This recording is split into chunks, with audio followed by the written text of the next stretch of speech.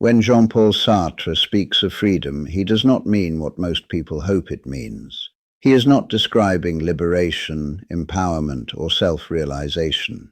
He is describing a condition that human beings are trapped inside, a condition they did not choose and cannot escape. Freedom, for Sartre, is not a gift, it is a sentence. To understand why Sartre takes this position, one must first understand what he believes freedom actually is. Freedom is not the ability to do whatever one wants. It is not the presence of options, wealth, safety, or opportunity. Freedom is the simple fact that nothing finally determines what one will do. No matter how narrow the situation, one still has to decide how to respond to it. This is why Sartre insists that freedom is inescapable. A person may be constrained by poverty, law, fear, social pressure, or violence. None of these removes the necessity of choice. They change the cost of choices, not the fact of choosing. Even submission is a decision. Even obedience is an action taken. This claim immediately provokes resistance because it collides with how people ordinarily explain their lives. People say they are not free because they have responsibilities and have no options or are forced by circumstances. Sartre does not deny these pressures. What he denies is that they abolish agency. He refuses to allow pressure to become an alibi. For Sartre, the statement, "I had no choice," is almost always false. What people usually mean is, "I chose the least painful option," or "I chose the safest option," or "I chose the option that allowed me to live with myself afterward." These may be understandable choices, but they are still choices. This refusal to accept no choice is what makes Sartre's freedom feel so harsh. He removes the comforting distinction between what we do and who we are. For Sartre, what we do is who we are, at least in that moment. There is no hidden self behind action that remains untouched. Freedom, therefore, becomes something people want to escape rather than embrace. Sartre understands this. He believes that freedom produces anguish precisely because it exposes the individual as the source of their actions. There is no one else to blame, no authority to appeal to, no script to follow that guarantees correctness. Anguish, in Sartre's sense, is not fear of consequences. It is the recognition that one's actions matter without guarantee. One acts without knowing whether one is right. One cannot consult a moral authority that will settle the matter in advance. Anguish is the emotional experience of responsibility. This is why Sartre says human beings are condemned to be free. Condemned because they did not choose freedom, yet cannot avoid it. They are thrown into a world without instructions and forced to act anyway. Freedom is not something one acquires. It is something one discovers, often unwillingly. Modern people, Sartre believes, spend enormous energy trying to deny this condition. Deterministic explanations become attractive because they promise relief.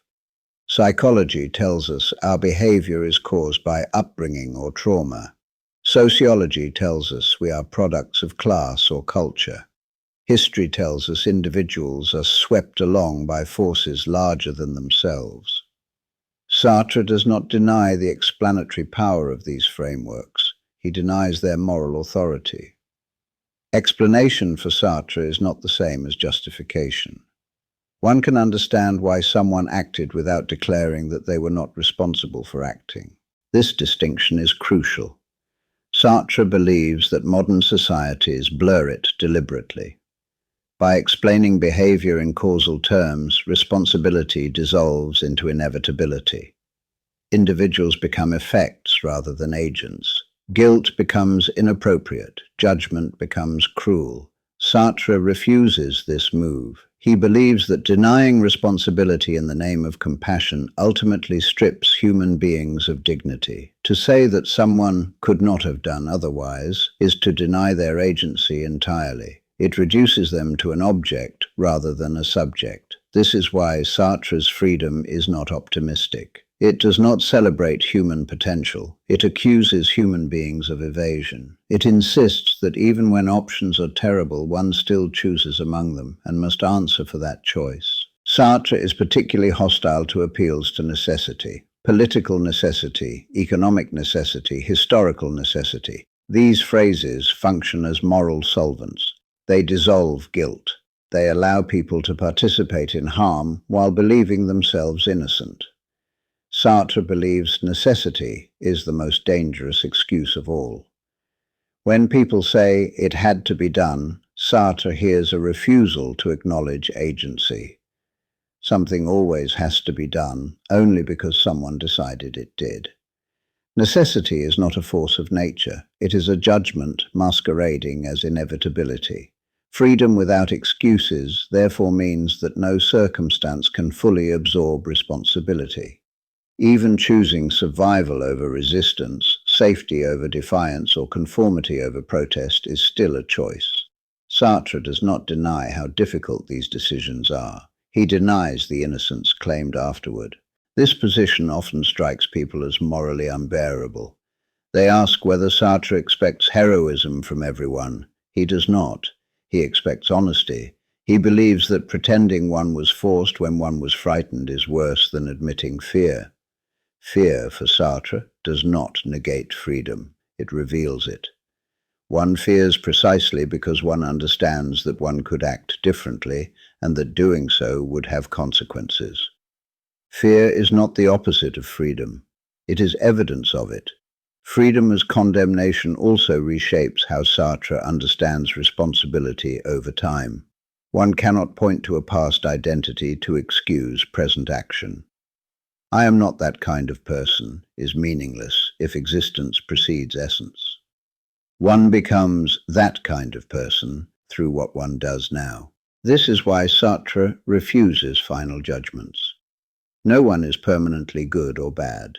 One is only what one does again and again. This openness is terrifying because it means one cannot rest securely in past virtue or hide permanently behind past failure. Freedom therefore denies both redemption and damnation as final states. Responsibility is ongoing. One must continue choosing without guarantees. This is the burden Sartre places at the center of human existence. It is not meant to inspire, it is meant to expose. It strips away every refuge that allows people to say, "This was not really me." By the end of this argument, Sartre has not yet explained why people lie to themselves about freedom. He has only shown why freedom is so difficult to bear. He has made clear why people seek excuses, scripts, and alibis. That question, how freedom is denied while being exercised, is the next step. That is where Sartre's analysis must go next. If freedom is as unavoidable as Sartre claims, then the obvious question arises: why do so many people feel unfree? Why does freedom seem absent precisely where Sartre insists it is most present? Sartre's answer is unsettling. Freedom is not missing. It is denied. And the denial is supported by powerful explanatory systems that make evasion feel reasonable, humane, and even enlightened. The first of these systems is psychology. Modern psychology offers a language of causation that appears compassionate and scientific.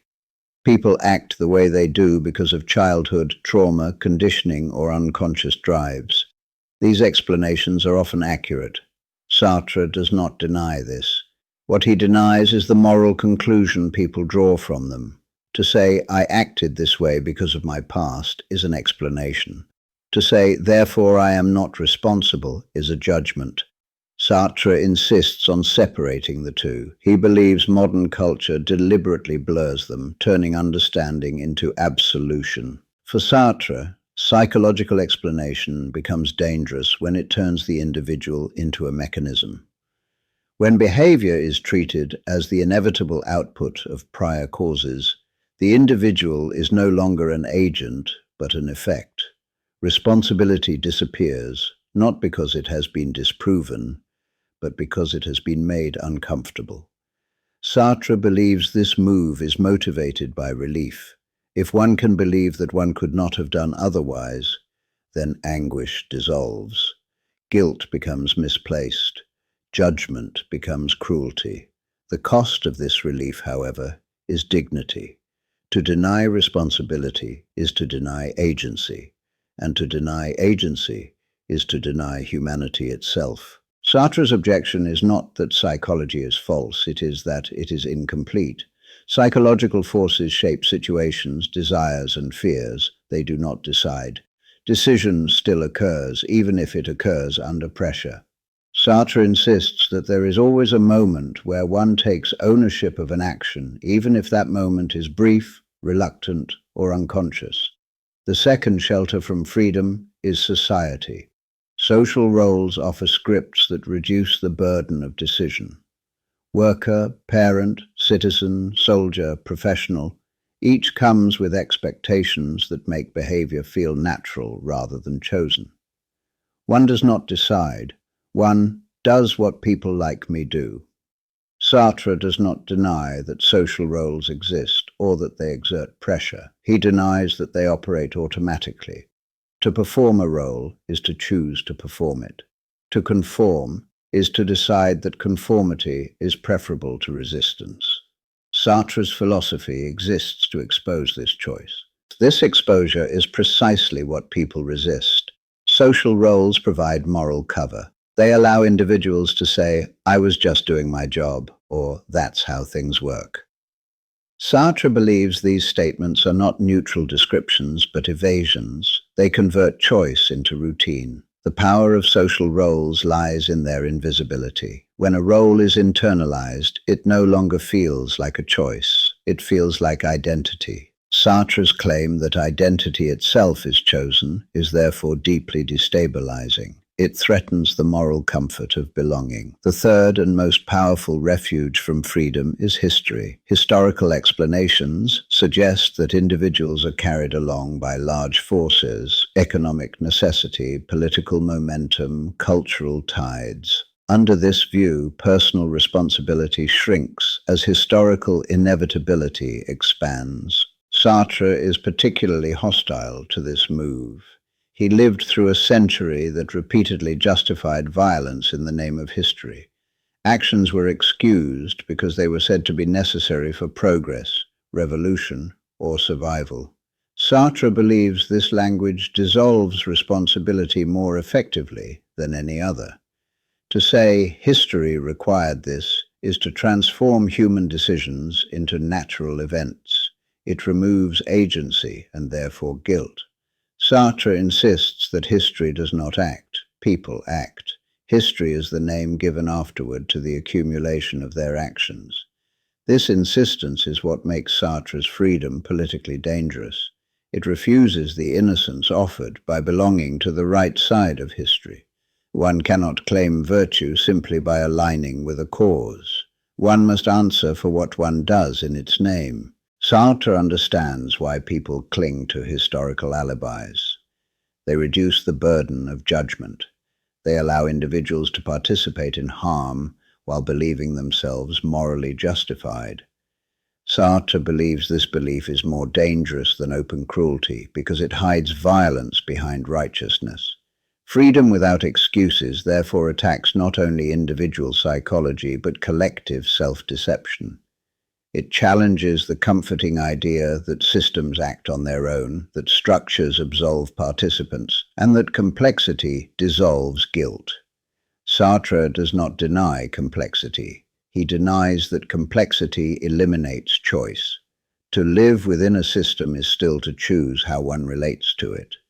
Participation may be coerced, limited, or dangerous, but it is never morally empty. This is why Sartre insists that responsibility increases rather than decreases in modern societies. As systems grow larger and more impersonal, it becomes easier to deny agency. Sartre's philosophy exists to resist this diffusion. At this point, Sartre's critics often accuse him of being unrealistic or cruel. They argue that his demands ignore human limits and suffering. Sartre responds that lowering expectations of responsibility is not kindness but abandonment. It treats people as incapable of agency. Freedom without excuses is therefore not a psychological description, it is an ethical demand. Sartre is not saying that people feel free. He is saying that they are free and that their attempts to deny this freedom are morally significant. This demand explains why Sartre's philosophy feels exhausting. It offers no resting place. One cannot finally say, "Now I am justified." Responsibility renews itself with every action. Sartre does not promise that this condition can be made comfortable. He believes that attempts to make it comfortable are precisely the problem. Comfort is purchased through evasion. By the end of this argument, Sartre has not yet explained how people manage to deny freedom so effectively while still acting. He has only shown the structures that make denial possible: psychology, society, and history functioning as alibis. The next step is inevitable. If freedom is denied in these ways, then Sartre must name and analyze the mechanism itself, the internal act by which one lies to oneself while continuing to choose. That mechanism is what Sartre calls bad faith.